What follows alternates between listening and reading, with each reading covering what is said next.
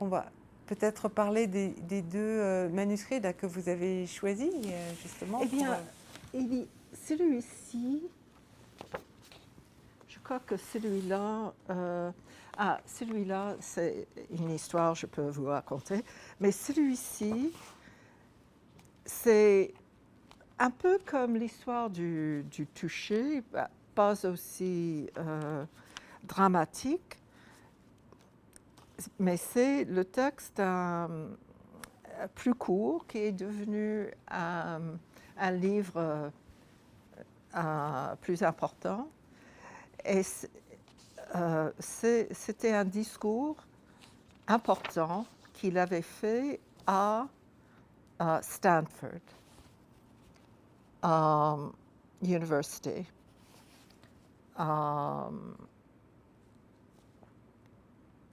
Où il avait donné ce titre, L'avenir de la profession ou l'université sans condition, et puis ça continue, grâce aux humanities, ce qui pourrait avoir lieu demain. Un titre un peu fou. Mais là, c'est un exemple de sa façon de répondre au contexte, parce que c'était, en effet, ça devait être un grand discours sur les humanities. Et puis, c'est devenu l'université sans condition.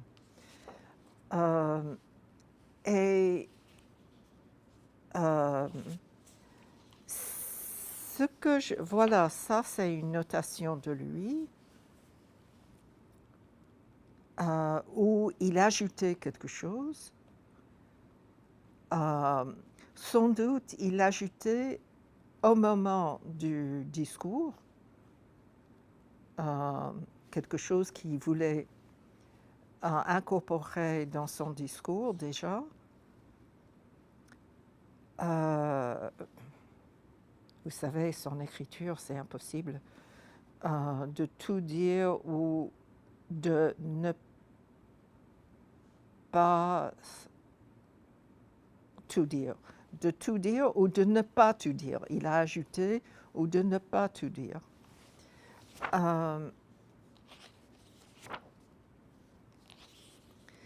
Eh bien, ce qui s'est passé, qui m'intéressait beaucoup entre le discours, la grande communication qu'il avait fait à Stanford, et puis le livre qu'il a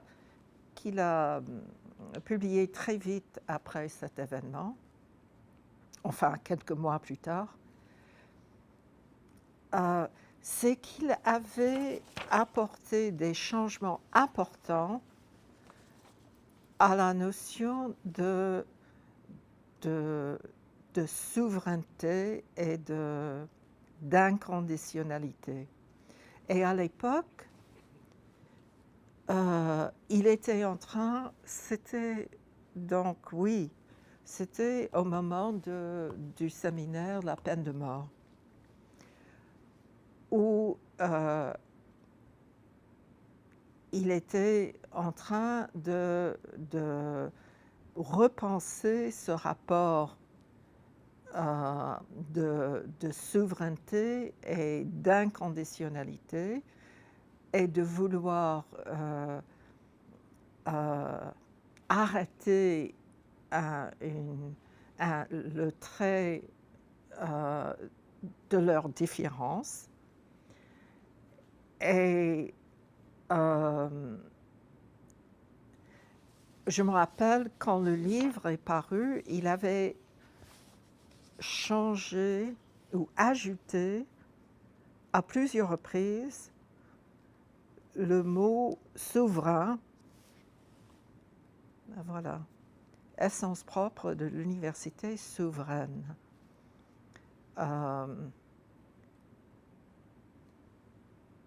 Et c'était une distinction très importante pour le développement de sa pensée à cette époque.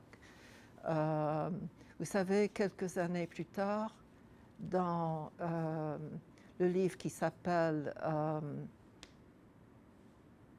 comment ça s'appelle en français? C'est pas La Bête et le Souverain? Non, Rogue, c'est le titre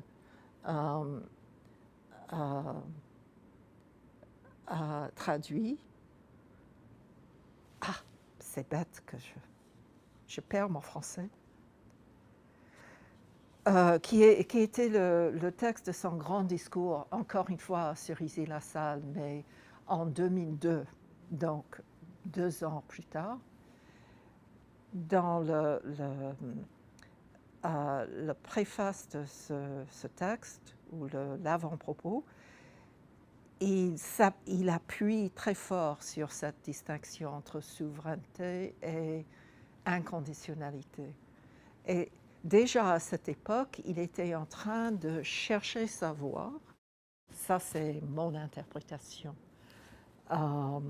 De pouvoir les distinguer de manière claire et déterminante. Et ici, ce qui m'intéressait, c'est là, on le voit quand il ajoute à plusieurs reprises dans le livre publié, qui allait être publié, quand il ajoute à plusieurs reprises souveraine, souverain, souveraineté, là où ça n'existait pas dans le discours, vous voyez. Donc c'était, là on voyait l'évolution très claire, ou moi je le voyais de toute façon, de sa pensée là-dessus.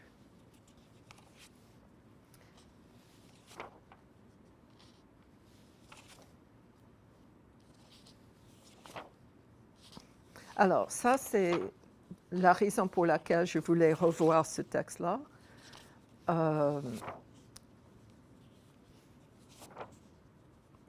Mais je ne vois pas pour le moment d'autres choses à signaler. Et cet autre texte que je vous ai aussi demandé, ça, c'est une raison un peu plus, comment dire, égoïste. Parce que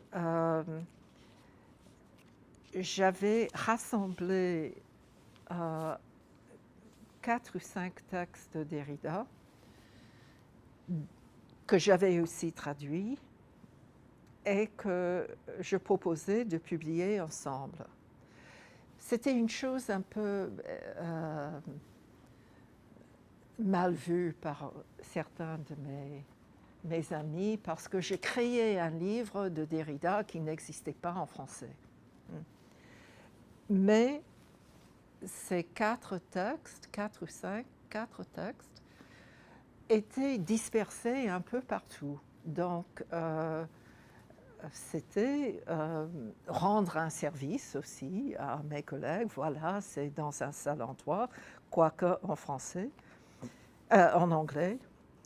Alors, j'avais demandé, bien sûr, l'accord de Derrida, qui n'a pas hésité, ou peut-être il a hésité, mais il a fait, il a donné son accord.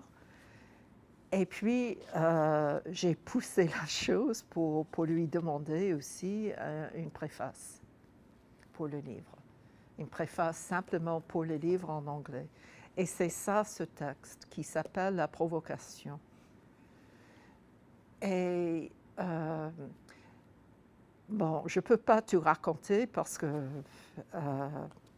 vous ne connaissez pas ce texte, mais voilà, il y a plusieurs. Qu'est-ce qu'il y a là? Il y a une autre. Oui, parce que ce texte n'est pas si long. C'est pas très long. Qu'est-ce que c'est?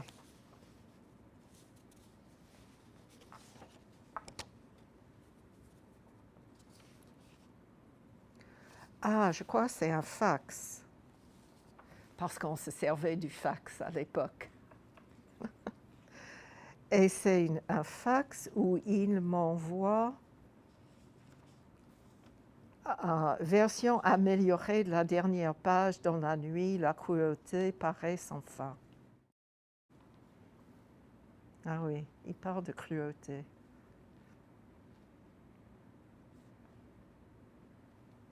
Mais je ne vois pas de changement. Ah, qu'est-ce qu'il a?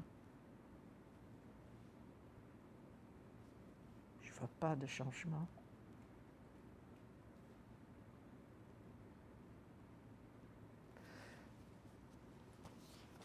Alors, je ne sais pas de quoi il s'agit là.